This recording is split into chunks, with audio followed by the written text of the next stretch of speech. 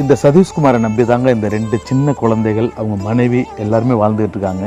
இவருக்கு 2 வருஷத்துக்கு முன்னாடி கிட்னி பாதிக்கப்பட்டு இவர் வாழ்ந்த வீடு, இடம் எல்லாத்தையும் விற்று கிட்டத்தட்ட 12 லட்சம் ரூபாய் வரையும் செலவு பண்ணிட்டாங்க. இப்போ பார்த்தீங்கன்னா திருச்சி அரசு மருத்துவமனையில் இவருக்கான அறுவை சிகிச்சை பண்ணுறதுக்கு இவங்க மாமனாரே கிட்னி தர்றாங்க. எல்லா ப்ரொசீஜருமே முடிஞ்சிருச்சு. இங்கே பாருங்கள், அவ்வளோ பேப்பர்ஸும் எல்லாமே தயார் பண்ணிட்டாங்க. அறுவை சிகிச்சை செய்கிற போது கையில் ஒரு டெஸ்ட்டுக்கோ மெடிசனுக்கோ கொஞ்சம் பணம் வச்சுக்கிறணும், ஒரு 1.5 லட்சம் ரூபாயாவது கையில் வச்சுக்கிறணும் அப்படின்னு டாக்டர்ஸ் வலியுறுத்தினதுனால 4 மாதமாக எல்லா வேலையும் முடிச்சுட்டு அந்த பணத்துக்காக யார் யாரெல்லாம் பார்க்கணுமோ எல்லாருக்கிட்டையும் கேட்டு பார்த்துட்டாங்க. யாருமே இவங்களுக்கு பணம் கொடுக்கலங்க.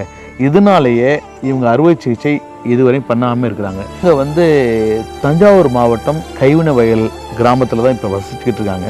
இவங்களுக்கு இந்த வீடியோ பார்க்குற நல்ல உள்ளங்கள் ஏதேனும் உதவி செஞ்சால் உடனடியாக ஒரு சில தினங்கள்லேயே சதீஷ்குமாருக்கான ஆப்ரேஷன் ஆரம்பித்து நல்லபடியாக ஆரோக்கியமாக அவர் வீடு திரும்புவார்.